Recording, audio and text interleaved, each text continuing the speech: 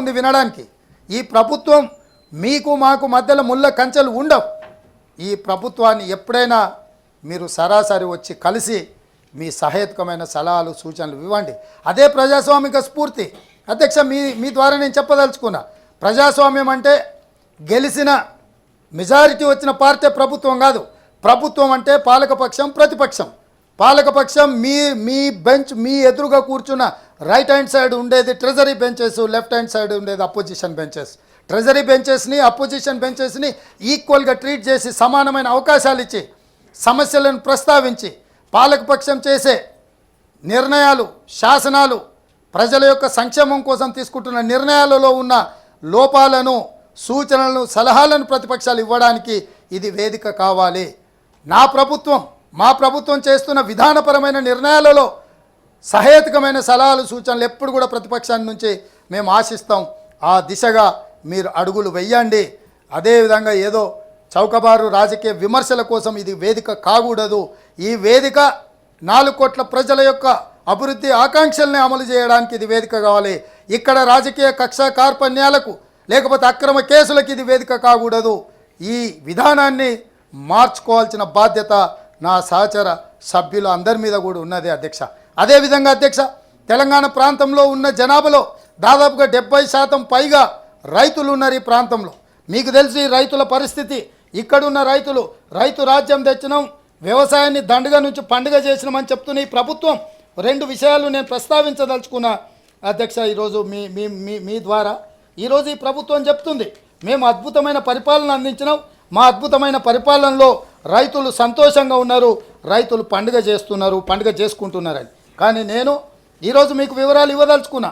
2021లో పార్లమెంట్లో ప్రశ్నకు సమాధానంగా ఈ దేశంలో ఉన్న రైతుల ఆదాయానికి సంబంధించి ఒక ప్రశ్నకు జవాబుగా తెలంగాణ రాష్ట్రము రైతు యొక్క ఆదాయం, తలసరి ఆదాయం 9,403 రూపాయలు.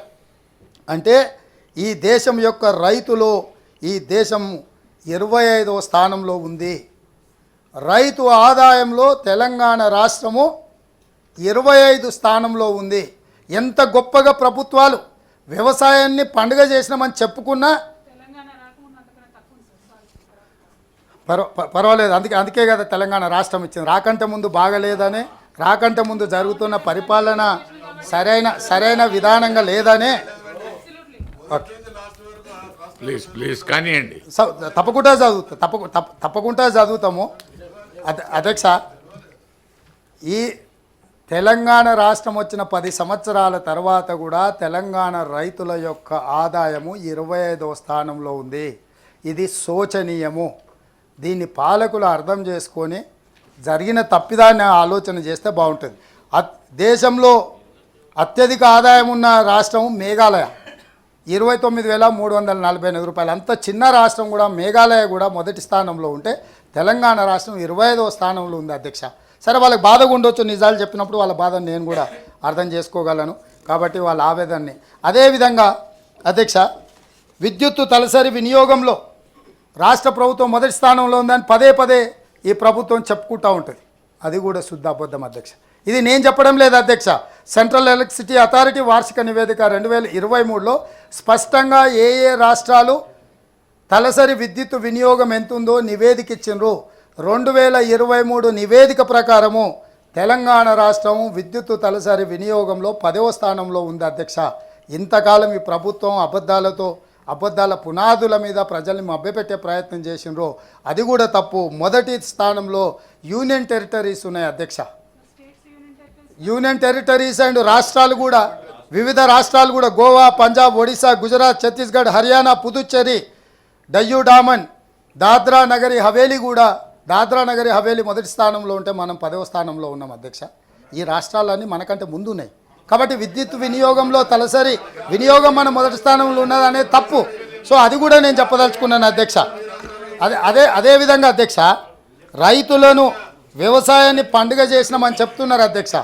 నేషనల్ క్రైమ్ రికార్డ్ బ్యూరో ప్రకారం ఈ 10 సంవత్సరాలలో మొదటి 2 స్థానాలలో తెలంగాణ రైతు ఆత్మహత్యలలో ఉన్నది అధ్యక్ష.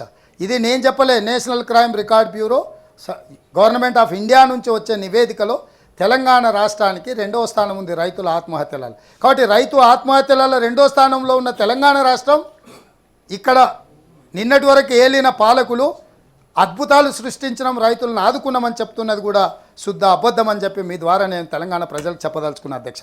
అదేవిధంగా అధ్యక్ష, ఈ ప్రభుత్వం రైతు బీమా పథకం తెచ్చినాం. ఇది అద్భుతం. రైతు బీమా పథకం ద్వారా మేము రైతులందరినీ ఆదుకుంటున్నామని. నిజంగా అధ్యక్ష, ఈ ప్రభుత్వం ఎప్పుడు కూడా they have not applied their mind. రైతులను ఆదుకోవడానికి, రైతుల యొక్క ఆదాయాన్ని పెంచడానికి, రైతు గౌరవంగా బ్రతకడానికి అవసరమైన ప్రణాళికలు, చర్యలు చేపట్టలేదని నేను చెప్తున్నా. 2018లో ఈ ప్రభుత్వం రైతు బీమా పథకాన్ని తీసుకొచ్చింది అధ్యక్ష. 2018 ఆగస్టు 15 నుంచి 2018 ఆగస్టు 15 నుంచి 2023 ఆగస్టు 15 వరకు రైతులు వీళ్ళ లెక్క అధికారిక లెక్కల ప్రకారం రైతులు చనిపోయిన వాళ్ళు ఏ వయసు రైతులు అధ్యక్ష? 18 సంవత్సరాలు నిండిన వాళ్ళు, 60 సంవత్సరాలు లోబడిన వాళ్ళు, అంటే ఆల్మోస్ట్ యుక్త వయస్కులు. ఇందులో ఎవరు ముసలోళ్ళు కానీ కాలం తీరో వయసు మీరో చనిపోయిన వాళ్ళు కాదు. ఎంతమంది చచ్చిపోయినారు అధ్యక్ష? ప్రభుత్వ లెక్కల ప్రకారం 1,21,965 మంది చచ్చిపోయారు అధ్యక్ష.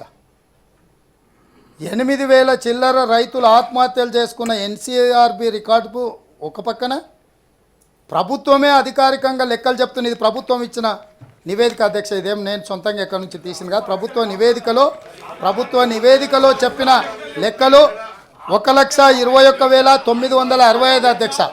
అంటే దాదాపుగా రైతు బీమా పథకం లెక్కల ప్రకారమే 1,21,965 మంది చచ్చిపోయారు అధ్యక్ష.